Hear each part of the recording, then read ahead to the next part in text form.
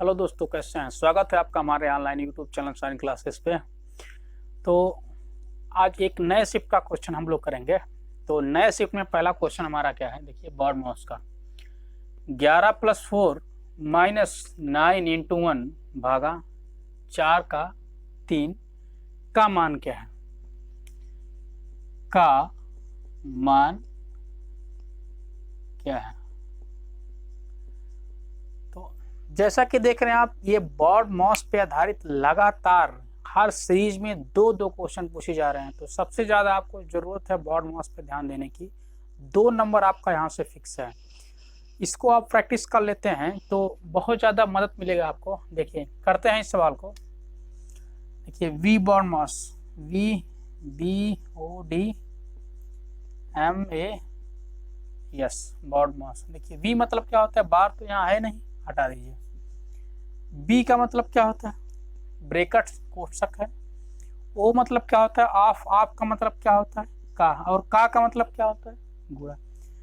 Division का मतलब भाग, मल्टीप्लिकेशन मतलब ए मतलब एडिक्शन प्लस, और एस का मतलब सब्ट्रैक्शन का मतलब माइनस।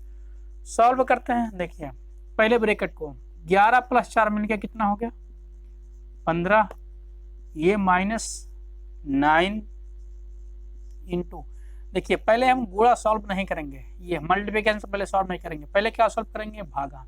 और भागा के भी पहले देखिए 1/4 है ना, 1 डिवाइड का चिन्ह 4 का 3 का मान क्या है। देखिए का किसके किसके बीच में लगा है, का लगा हुआ है देखिए 4 और 3 के बीच में लगा हुआ है। तो सबसे पहले हम इनको सॉल्व करेंगे। क्यों, क्योंकि देखो बी बॉड मास में ओ का मतलब होता है ऑफ, ऑफ का मतलब होता है का। तो सबसे पहले हम इसको सॉल्व करेंगे। 1 भागा, ये देखिए 4, ऑफ किसके इसके बीच में है, 4 और 3 के बीच में है। तो 4 3 कितना हो जाएगा, 12। 15 - 9 × 1 भागा, इसको क्या करेंगे सबसे पहले, 4 3 12। देखिए का को सबसे पहले हमने सॉल्व किया, इसके बाद में किसको सॉल्व करेंगे, डिवाइड को। तो डिवाइड किसके बीच में है, इसके बीच में है। सॉल्व करते हैं। 15 - 9 × 1 भागा, नीचे कितना है, 12। सॉल्व कर लीजिए इसी को। तो यहाँ देखिए 15 माइनस काट दीजिए, 3 3 9 और 3 चौका 12। ठीक, तो कितना बचा, 15 - 3/4। इसी को सॉल्व करना है। लघुत्तम ले लीजिए 4। देखिए यहाँ सॉल्व करते हैं, यहाँ लिखते हैं 4 लघुत्तम एलसीएम। इसके नीचे नहीं है ना, गुणा कर दीजिए, इसका गुणा यहाँ 15 चौक का कितना, 60 माइनस, इसके नीचे देखिए 3 है, गुणा करने की जरूरत नहीं है। तो 60 में से 3 गया, कितना बचा, 57/4। यही सवाल का सही जवाब है। पहला क्वेश्चन ये था। तो आइए अगला एक और क्वेश्चन देखते हैं, वो भी बॉड मास से ही संबंधित है। हर शिफ्ट में बॉड मास से पूछे जा रहे हैं। देखिए हमारा दूसरा क्वेश्चन भी बॉड मास से लिया गया है। बॉड मास का देखिए क्वेश्चन है, इसको हमको ज्ञात करना है। करते हैं। देखिए 7 × 6 सबसे पहले, 7 6 कितना हुआ, ब्रैकेट को सॉल्व करते हैं। देखिए ब्रैकेट को, 7 6 कितना हुआ, 42। 7 6 42 प्लस, ये देखिए 15 में से 5 गया, कितना बचा, 15 में से 5 गया 10। लेकिन बड़ा कौन सा था, 15, इसका चिन्ह क्या है, माइनस। माइनस, इस ब्रैकेट को हम लोग सॉल्व करेंगे। भागा 4 प्लस 6 भागा 3, ये -4 प्लस 18 और भागांक का मतलब /3। 42 में से 10 गया, कितना बचा, 32। 32 भागा कितना, ये 4। इसको काट दीजिए, 3 दूना 6 प्लस 2 -4 प्लस 3 छक 18, 6 बार गया। इसको सॉल्व करते हैं, 4 8 32।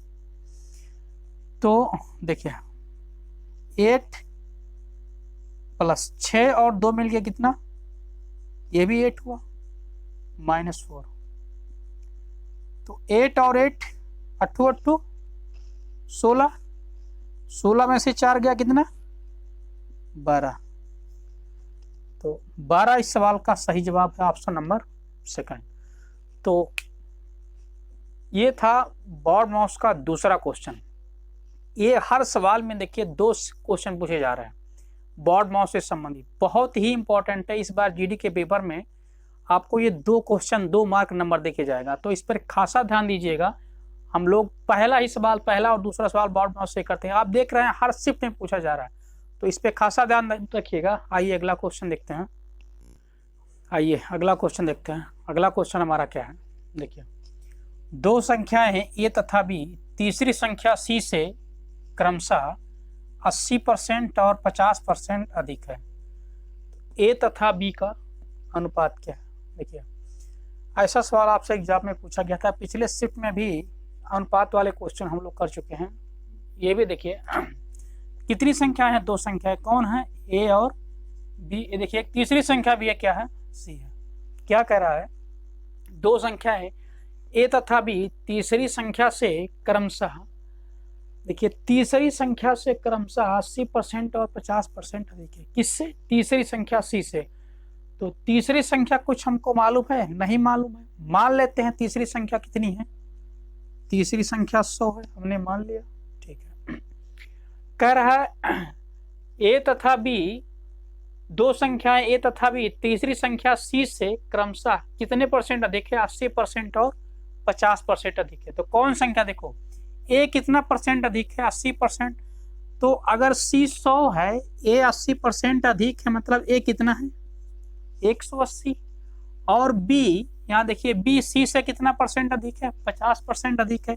तो अगर सी 100 है तो बी कितना होगा, 150 होगा। तो संख्या निकल गई, ए 180, बी 150 और सी कितना हो गया, 100।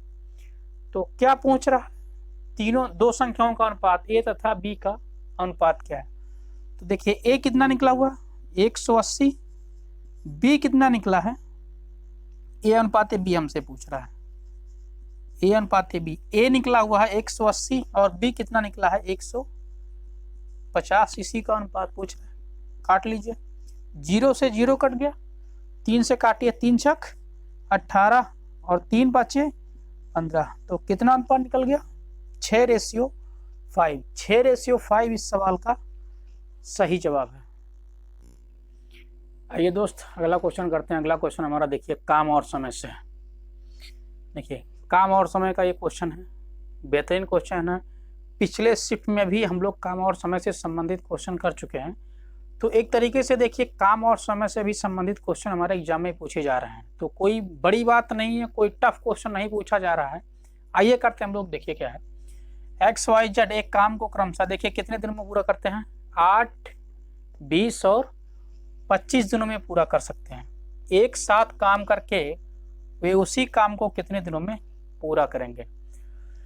तो जहाँ तक काम का सवाल है, आज देखिए इंग्लैंड ने पाकिस्तान को हरा दिया, तो हम किसको जीत की बधाई दें, जीत की बधाई इंग्लैंड को दें जो हमको सेमीफाइनल में बाहर किया है, या हम पाकिस्तान को हार की बधाई दें, किसको बधाई दें, आप ही बताइए। देखिए हम बधाई देते हैं पाकिस्तान को, इंग्लैंड को तो बधाई नहीं देंगे। पाकिस्तान को उसकी हार पे हार्दिक शुभकामनाएं, बहुत बहुत धन्यवाद पाकिस्तान, जो आप हार गए। कम से कम हम लोग बाहर हो गए थे, आप जीत जाते तो हम इंडियंस की दिक्कत हो जाती। तो भगवान आपकी आत्मा को शांति दें। थैंक यू, धन्यवाद पाकिस्तान। देखिए हमारा क्वेश्चन यही है, X किसी काम को कितना दिनों में, 8 दिनों में, Y कितने दिनों में, 20 दिनों में, और Z कितने दिनों में, 25 दिनों में। ठीक, लघुत्तम लेते हैं। सबसे पहले लघुत्तम कितना होता है, 200। कैसे देखिए निकाल लेते हैं, 8, 20 और ये 25, 4 से काटिए, 4 दूना 8, 4 पंचे 20 और ये 25। 5 से काटिए, 2 ऐसे रहेगा, 5 1 5 और 5 बचे 25, तो 4 × 5 × 2 और × 5, 5 दूना 10, 10 बचे 50, 50 चौक का कितना 200, तो लघुत्तम हमारा कितना निकला 200।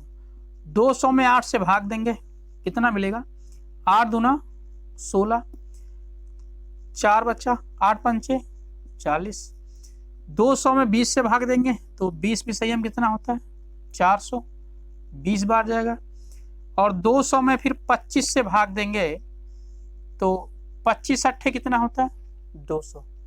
क्या पूछ रहा है कितने दिनों में पूरा करेंगे, तो दिन बराबर क्या होता है, दिन बराबर होता है काम बटा क्षमता, काम बटा क्षमता। तो ये देखिए जो 200 निकला है ना, ये 200 यही है टोटल काम, टोटल काम कुल काम कितना है 200, और क्षमता, क्षमता मतलब तीनों की क्षमता, तीनों की क्षमता देखिए कितना है 25 और 20 कितना हो गया 45, 45 और 8 मिलके कितना हो गया 53। ठीक नहीं, ये देखिए मिस्टेक हो रहा है यहाँ, 20 दहाई में कितना होता है 200, ये 10 बार जाएगा, y की क्षमता कितनी निकली है, y की क्षमता 10 निकलेगी, तो 25 10 35 और 8 कितना हो गया 43, तो 200 बटा 43 तीनों मिलकर उस काम को पूरा कर लेंगे। कौन सा ऑप्शन है, ऑप्शन नंबर सेकंड।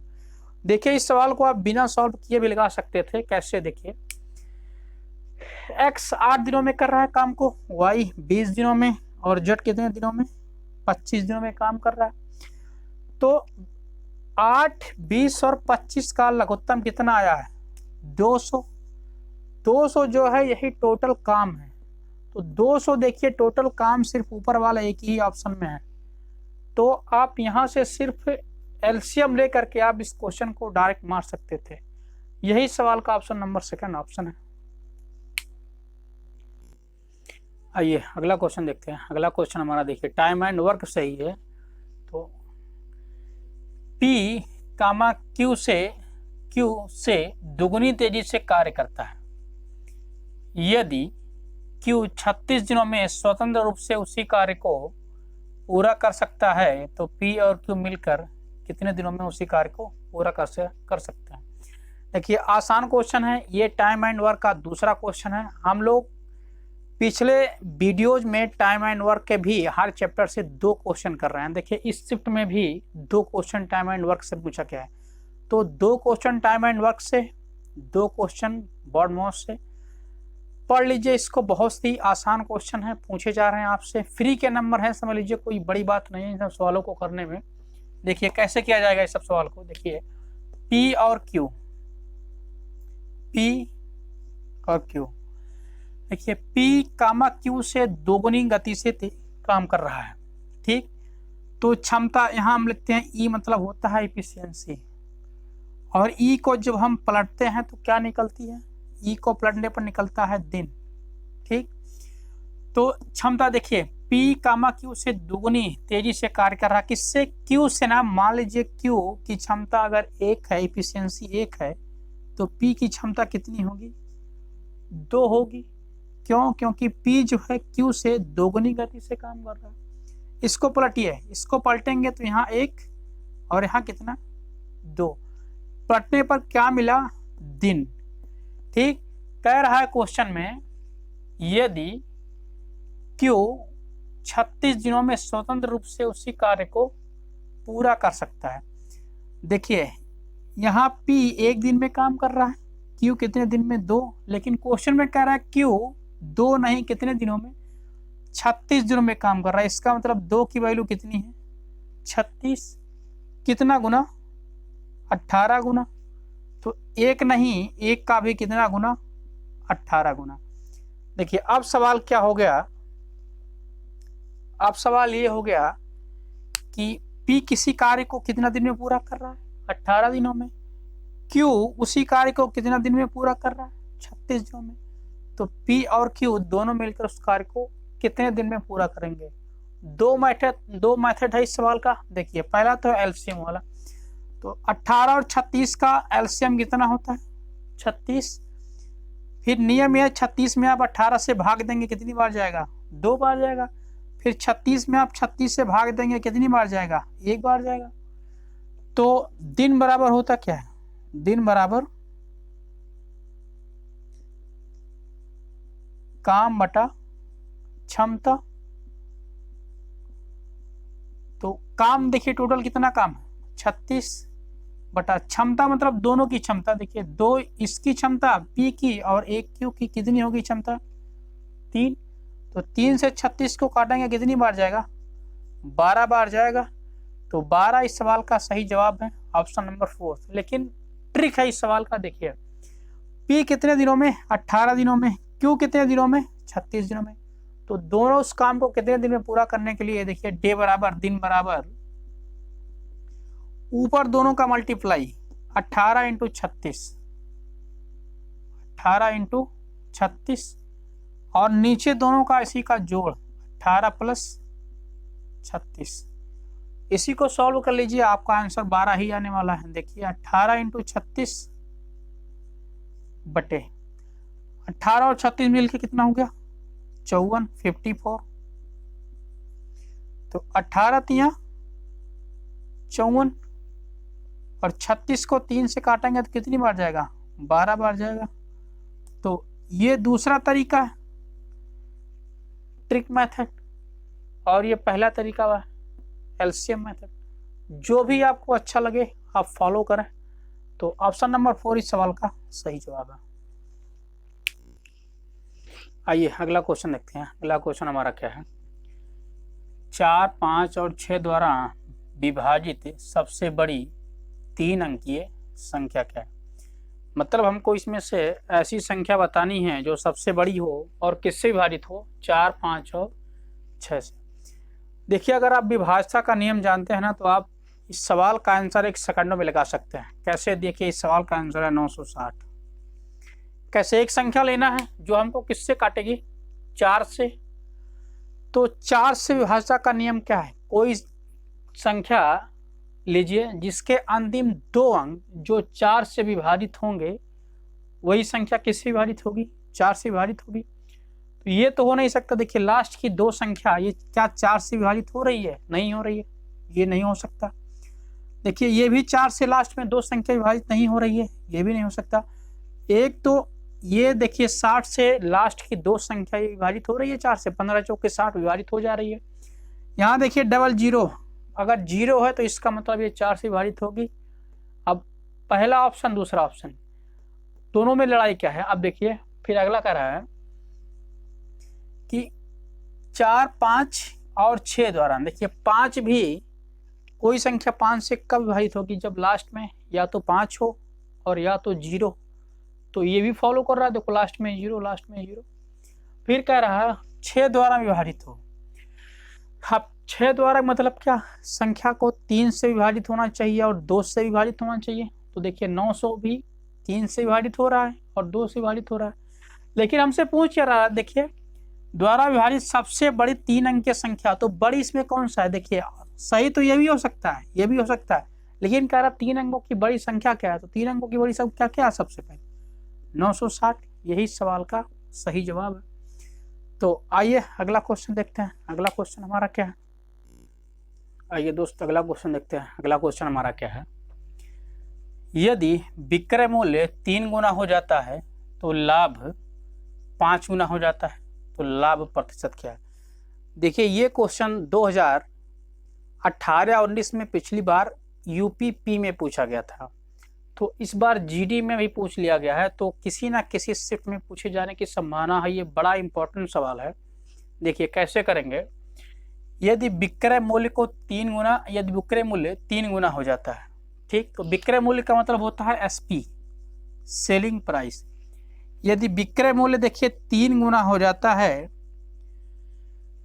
तो लाभ 5 गुना हो जाता है। अच्छा लाभ बराबर होता क्या है, लाभ बराबर होता है विक्रय मूल्य माइनस क्रय मूल्य। क्रय मूल्य का मतलब क्या होता है, सीपी। तो जब हम विक्रय मूल्य में से क्रय मूल्य घटाएंगे तो हमको क्या मिलेगा, लाभ मिलेगा।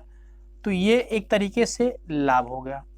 कह रहा तो लाभ कितना गुना हो जाता है, 5 गुना हो जाता है, यहाँ लिख देते हैं 5। इसी को सॉल्व कर लीजिए, यही सवाल का आंसर होगा। देखिए कितना आता है, 3sp बराबर ब्रैकेट तोड़ते हैं 5sp माइनस 5cp। देखिए sp एक तरफ, cp एक तरफ ले आइए, इसको यहाँ ले आते हैं तो 5cp बराबर ये 5sp तो है ही, माइनस देखिए यहाँ चिन्ह है प्लस, इधर ले जाएंगे तो माइनस 3sp। तो 5cp बराबर 5 में से 5sp में से 3sp गया, कितना बचा, तो ये बचा है 2sp। ठीक, तो सॉल्व कर लीजिए इसी को। cp यहाँ देख लेते हैं, cp बटा sp बराबर, ये देखिए 2 अपनी जगह पे, बटा ये देखिए गुणा था, 5 का यहाँ मल्टीप्लाई था, नीचे जाएगा क्या हो जाएगा बाहर। तो कितने का लाभ हुआ, देखिए क्रय मूल्य कितना हो गया, cp कितना निकला 2, sp कितना निकला 5। तो खरीद रहा है 2 में और बेच रहा है 5 में, कितने का लाभ हुआ, 3 रुपए का लाभ है। और कितने से लाभ या हानि हमेशा क्रय मूल्य पर ही काउंट किया जाता है, 2 से 100 पे कितना, इसी को सॉल्व कर लीजिए। 2 से 100 को काटेंगे कितनी बार जाएगा, 50 बार, और 50 यहाँ कितना 150% क्या क्या हुआ है, लाभ हुआ है। यही सवाल का सही जवाब है। तो आइए अगला क्वेश्चन देखते हैं। अगला क्वेश्चन हमारा है ट्रेन से। देखिए उस पुल की लंबाई बताइए जिसे एक 400 मीटर लंबी ट्रेन 60 किलोमीटर प्रति घंटा की गति से चलकर 36 सेकंड में पार कर जाती है। देखिए पिछला वीडियो में हम लोग किए हुए थे, एक शिफ्ट का क्वेश्चन था, जो एक ट्रेन थी वो पोल को पार कर रही थी, खंभे को पार कर रही थी। हम बोले थे खंभा एक बिंदु टाइप का होता है, उसकी कोई लंबाई नहीं होती। लेकिन यहाँ देखिए ट्रेन किसको पार कर रही है, यहाँ ट्रेन पार कर रही है किसको, 400 मीटर लंबी ट्रेन एक पुल को पार कर रही है। ठीक, तो देखिए ट्रेन पुल को कब पार करेगी, देखिए ट्रेन की कुछ लंबाई होगी। ठीक, कितनी लंबी है, 400 मीटर। 400 मीटर लंबी क्या है, ट्रेन है। एक पुल को देखिए, पुल की भी कुछ अपनी लंबाई होगी, नहीं मालूम है हमको। तो ये देख लीजिए कि ट्रेन 60 किलोमीटर प्रति घंटा की रफ्तार से 36 सेकंड में ये कितना दूरी चल देगी। जितना दूरी चलेगी उसमें क्या होगा, ये ट्रेन की लंबाई भी होगी और पुल की लंबाई भी होगी। तो देख लीजिए आप 60 किलोमीटर, देखिए स्पीड कितनी है, चाल बराबर कितना है 60 किलोमीटर प्रति घंटा, और टाइम कितना है, टाइम है समय, समय है 36 सेकंड।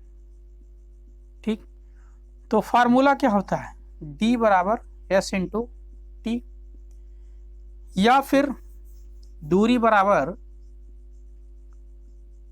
चाल गुणे समय, यही तो होता है फार्मूला। तो दूरी निकालने के लिए देखिए चाल कितना है 60 किलोमीटर प्रति घंटा। देखो किलोमीटर को हम मीटर प्रति सेकंड में बनाएंगे, क्यों, क्योंकि यहाँ देखिए 400 मीटर लंबी ट्रेन की लंबाई कितना दे रखा है, किसमें, ये मीटर में दे रखा है, और यहाँ देखिए सेकंड में दे रखा है। तो हम चाल को भी मीटर प्रति सेकंड में बनाएंगे। मीटर प्रति सेकंड में बनाने के लिए क्या करेंगे, 5/18 से गुणा करेंगे, इंटू समय कितना है, समय देखिए 36 सेकंड। ठीक, तो सॉल्व करिए, 18 दूना 36, तो 60 इंटू 5 दूना 10, 60 दहाई कितना हो गया 600 मीटर ये दूरी चल देगी। देखिए इस 600 मीटर में ट्रेन की लंबाई कितनी है, ट्रेन की लंबाई है 400 मीटर। तो जब हम 600 में से 400 मीटर ये घटा देते हैं तो कितना बचेगा? 200 मीटर। वो 200 मीटर क्या आया हुआ है? ये देखिए पुल की लंबाई आई है। तो 200 मीटर ऑप्शन नंबर 4 इस सवाल का सही जवाब है। तो आज के लिए बस इतना ही दोस्तों, मिलते हैं एक और जीडी के क्वेश्चन पेपर के साथ अगले वीडियो में। तब तक के लिए अपना ख्याल रखिएगा। नमस्कार।